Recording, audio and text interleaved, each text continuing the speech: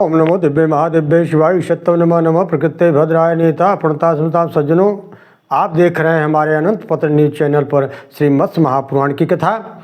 आज का प्रसंग है 16 दानों के अंतर्गत तुला दान का वर्णन है। ऋषि आइए चलते हैं सीधा कथा की तरफ। ऋषियों ने पूछा, सूत जी, बुद्धिमान धनी पुरुष किस महादान करने से कृतार्थ हो सकता है? आप मुझे विस्तार पूर्वक बताइए। सूत जी कहते हैं, ऋषियों, आप लोगों को महादान की विधि बतला रहा हूँ।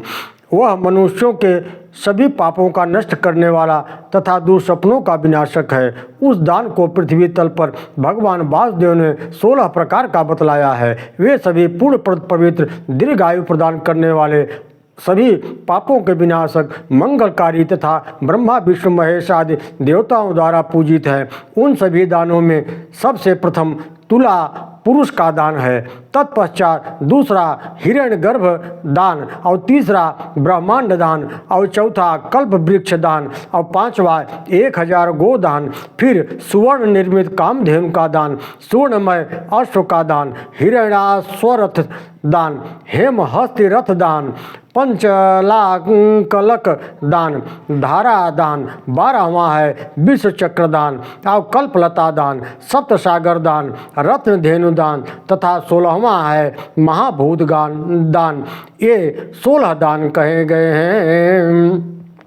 प्राचीन काल में इन सभी दानों को सांबासुर के शत्रु भगवान वासुदेव ने किया था। उसके बाद अम्बरीश, भार्गव, परशुराम, कीर्तिवीर अर्जुन, प्रहलाद और पृथु तथा भारत आदि अन्य राजाओं ने किया था। क्योंकि इस पृथ्वी तल पर इन सब दानों में एक एक दान की सर्वदा सभी देवता हजारों विघ्नों से रक्षा करते हैं। इनमें से भूतल पर यदि कोई भी व्यक्ति दान करता है तो वह सद्य पुण्य का भागी होता है। तदनंतर ब्राह्मणों को चाहिए कि वे तुला की दूसरी ओर यजमान की तोल से कुछ अधिक स्वर्ण रखे।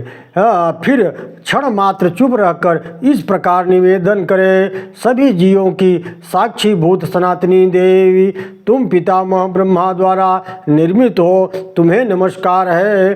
तुले, तुम समस्त स्थावर जंगम रूप जगत को धारण करने वाली हो, सभी जीवों को आत्मभूत करने वाली विश्वधारिणी हो, तुम्हें नमस्कार है। तत्पश्चात तुला से उतरकर स्वर्ण का आधा भाग पहले गुरु को दान देना चाहिए। फिर बचे हुए आधे भाग को हाथ में जल लेकर संकल्प पूर्वक ऋतुजों को देना चाहिए। फिर गुरु को तथा ऋतुजों को इसके अतिरिक्त ग्राम और रत्न भी प्रदान करना चाहिए। पुनः उसकी आज्ञा लेकर अन्य ब्राह्मणों को भी दान करना चाहिए। विशेषतया 2 दीनों और अनाथों को भी ब्राह्मणों के साथ दान देना चाहिए। बुद्धिमान पुरुष उस तोले गए स्वर्ण अधिक देर तक अपने घर में न रखे, क्योंकि यदि वह घरों में रह जाता है तो मनुष्यों को भय देने वाला है, शोक और व्याधि को बढ़ाने वाला होता है। उसे शीघ्र ही दूसरों को दे देना मनुष्य के लिए श्रेयस्कर होता है। अनेन विधिनाम वस्तु तुला पुरुष माचरेत प्रतिलोकाधिपस्थाने प्रतिमन्वंतरम वसेत। इस प्रकार विधि से जो मनुष्य तुला पुरुष का दान देता है वह प्रत्येक मनवंतर में प्रत्येक लोक के स्वामित्व पद पर निवास करता है। विमाने नारक वर्णेन किंकिणी जाल मालिनी पूज्यमानोस्परोभिश्च ततो विष्णुपुरं व्रजेत कल्पकोटिशतं वा यावत् तस्मिन् लोके महीयते। वह किंकणी समूह से युक्त एवं सूर्य के समान तेजस्वी विमान पर चढ़कर अप्सराओं से स्वपूजित हो विष्णुपुर में जाता है। उस लोक में 100 कोटि कल्पों तक पूजित होता है।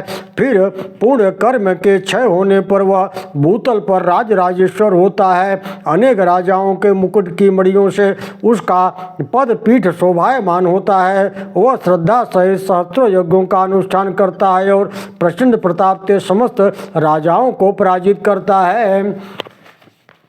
यो दीयमानपि पश्यन्ति भक्तियुक्तः कालांतरे स्मरति वाचतीह लोके यो वा शृणोत पठतीन्द्र समान रूप प्राप्नोति धाम स पुरंदर देव जुष्टम।